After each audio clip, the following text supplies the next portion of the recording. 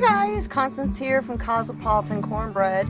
So today I'm just going to share a very quick tip with you.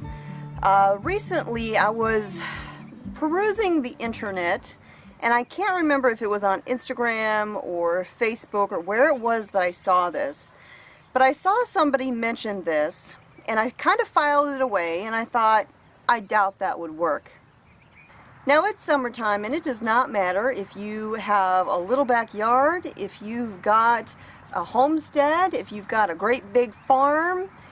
It doesn't matter what you got. If you are on Earth, most likely you're dealing with flies right now. And I have to tell you, it doesn't seem to matter what I try, what I do, doesn't matter how clean my chicken coop is, I have got flies out there. I know the other day I went out to collect eggs and opened that door and you could just hear the buzzing from all of those flies. And it seems to get even worse when it's been rainy, which it has again. But I just felt like, man, I've got to do something about these flies. Now I've done the usual fly traps. I've got fly traps hanging outside the chicken coop. I've got them on my back porch. I've got fly traps all over the place. And those, yeah, they work great. They catch flies all right. But they're disgusting and they stink. And it still doesn't get rid of all of them. You've still got to deal with flies. So that's where this little tip came in that I saw. And I thought, it's worth a shot. Now this is just a flower bed out here that existed when we bought our property. It had a couple of these really ugly shrubs out here. And it had a few irises, and other than that it was just a bunch of rocks and weeds. And I felt like because this is the north side of the house, it doesn't get a ton of sunlight. I just wanted to fill this area with perennials and things that would just come back and be very low maintenance, because I've got a lot of other things that are high maintenance, garden beds, raised beds, and all of that.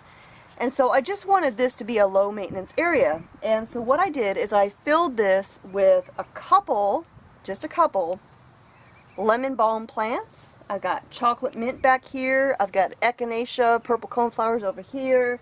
There's just perennials. Now one by one we've been removing the ugly shrubs that are out here because they seem to be fly magnets. I'll come out here in the morning and there'll be 1,000 flies on these ugly shrubs. And I've got 2 left that we need to get rid of, and they'll be gone shortly. But as I was saying, I filled this bed out here with beneficial perennials. And this one in particular, the lemon balm, is the one I want to talk to you about. Someone mentioned that lemon balm will keep flies away from your chicken coop. And like I said, I was very skeptical, but I was at a point of desperation, and I figured, what the heck? I've got lemon balm out here. Lemon balm all over the place, why not? So I came out here with some little snippers and I snipped off several branches of the lemon balm and I just walked over to the chicken coop, I opened the door and I tossed it in there. Just tossed it in right on top of the bedding. And the next day when I went out to collect eggs, you know what I saw? I saw 2 flies. 2, not 200, 2 flies. I thought, you've got to be kidding me. So this little herb right here, this lemon balm, actually seemed to have done the trick. So every few days now, I come out here, I snip a few sprigs of this lemon balm, I toss it in there on the floor of my chicken coop, and I just leave it. And I cannot believe that the fly population has dwindled down to almost nothing. So there you go. If you guys have tried this and it has worked for you, let me know. Or if you have some other tried and true, you swear by them tips for getting rid of the flies, please leave them in the comments down below because I would love to hear them. I'm sure everybody would like a few more tools in their toolbox when it comes to that. Now just a note about this lemon balm here. Lemon balm is in the mint family. So if you plant this, you want to plant it someplace that's contained. Now I just kind of let it go crazy in this flower bed, just like I have all of this down here. This is chocolate mint.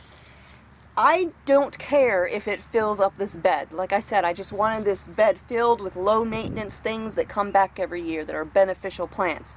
But if you plant it, it will spread.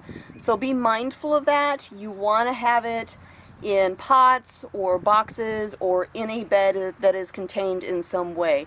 Unless you just want it to go crazy, you can let it do that too. So just be aware of that. For instance, this right here, this chocolate mint, I started this with 2 little chocolate mint plants way back there in the corner, and now it goes from one end of the bed to the other end of the bed. It's about half of my house now at this point, and there are probably a couple hundred of these out here, which, not that I mind, because chocolate mint is just amazing.